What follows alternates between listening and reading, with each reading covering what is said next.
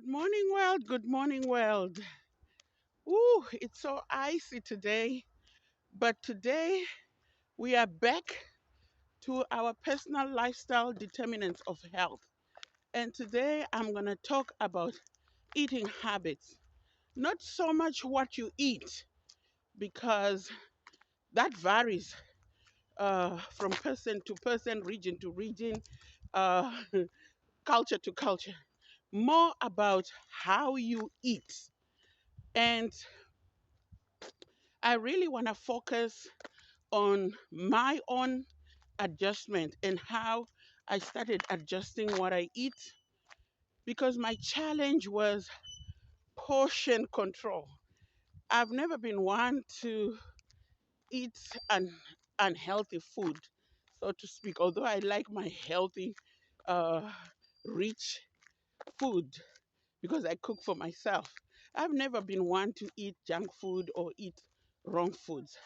But I discovered that my challenge was in portion control.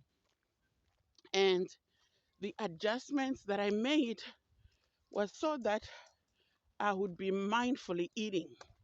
One of the things that I debunked was the idea that you have to have 3 meals a day. In between, you have to have a snack to increase your metabolism. It never worked for me. In fact, it actually created bad situations where I would end up feeling like I have to eat. And if I wasn't in a situation where I can get healthy uh, snack or something healthy to eat, I would just end up eating whatever I could eat. So, and my metabolism has never been fast. And I'll tell you what changed my metabolism. So I moved away from that, what I call a myth about 3 meals a day. And I realized that I don't have to eat 3 meals, but I feed on demand. And actually, that's what we do with babies when they're baby breastfeeding. You feed on demand. So I started eating uh, when I feel hungry. And sometimes, when you are used to just eating without thinking, your your stomach can trick you into feeling hungry when in actual fact you are not hungry. So what I would do when I started this technique was I would wait until I'm feeling hunger pains. And then if I drink water and I don't, and I feel satisfied, then I would know that it was a fake hunger pain. I'm not really yet hungry. If I drink water and I feel nauseous, then I would know that I am definitely hungry, because I would feel a little bit of queasiness, a little bit of nausea, which means it's time for me to eat, until I got to the point where now my body was used to actually respond and let me know correctly when it was hungry, and then I would eat. And usually I found that I would be quite satisfied with 1 meal. So feeding on demand means I would eat whenever I feel and I'm truly hungry. I just wouldn't eat because somebody put food on my plate or somebody put food in front of me, or it's breakfast, it's lunch, it's dinner. And that's another thing that I debunked. I stopped having foods and say, oh, these are foods you eat for breakfast, these are what you eat for dinner, for lunch. Because what would happen then is, if you like certain foods, like eggs and bacon, for instance, and you are not hungry in the morning, you would force yourself to eat breakfast so that you can take advantage of eating those foods that you like. But I just decided, hey, feed on demand. If I feel like having breakfast for supper, that's what I would do. I would have breakfast for supper and I would be satisfied. The other thing that I introduced uh, was I started paying attention to chewing my food. And you know what? You might think, oh, what has chewing got to do with uh, managing your health, managing your weight.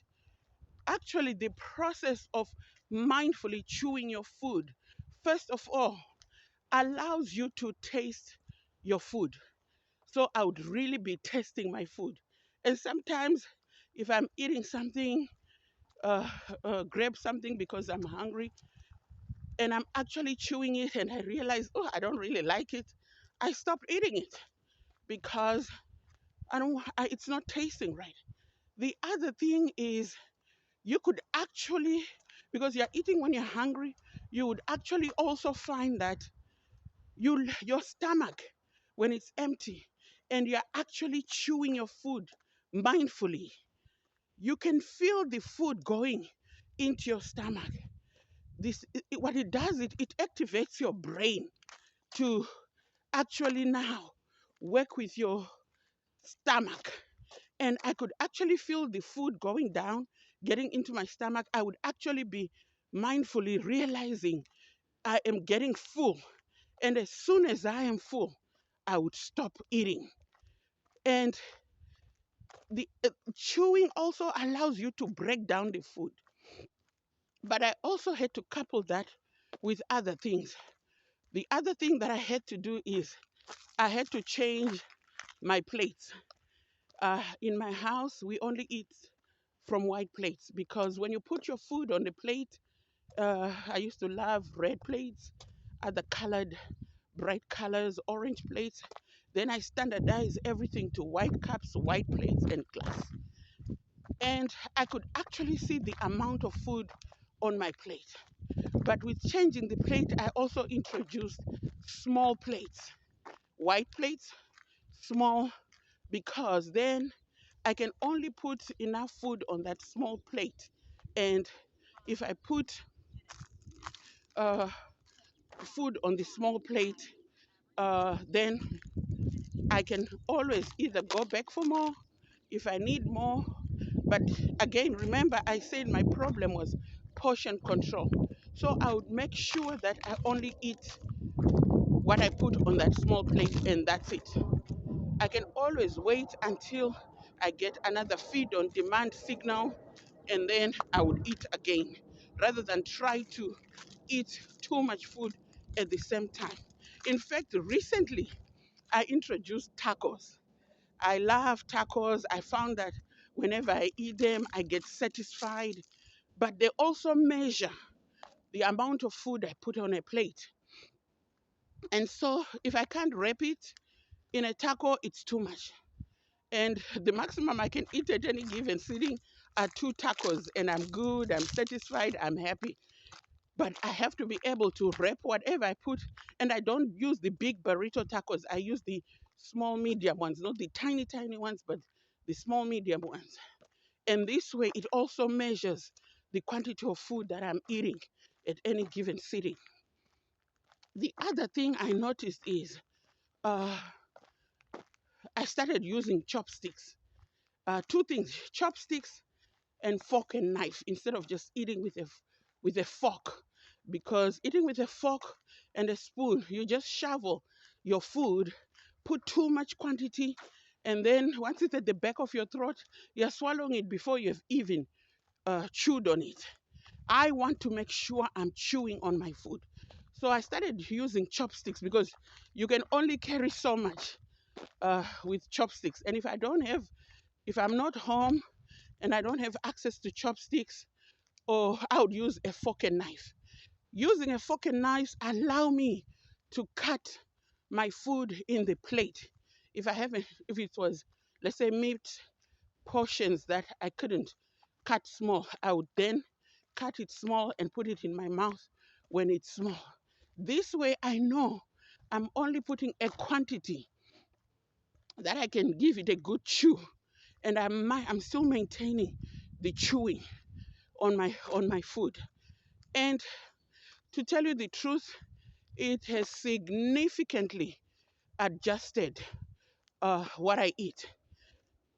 The other problem I used to have is now I like to eat my food simple. And I'll talk about it when I talk about cooking habits in another episode. But I used to find that when I eat stew, I tend to eat more than when I eat food that's separated, that's not stewed. Like I grill my meat, I steam my vegetables, I eat my I eat with whatever starch if I'm not having a taco that day. This way, I can leave uh, whatever I can't finish, or I can see exactly and I can eat in priorities of what I like the most. This way, I'm not forcing myself to eat everything.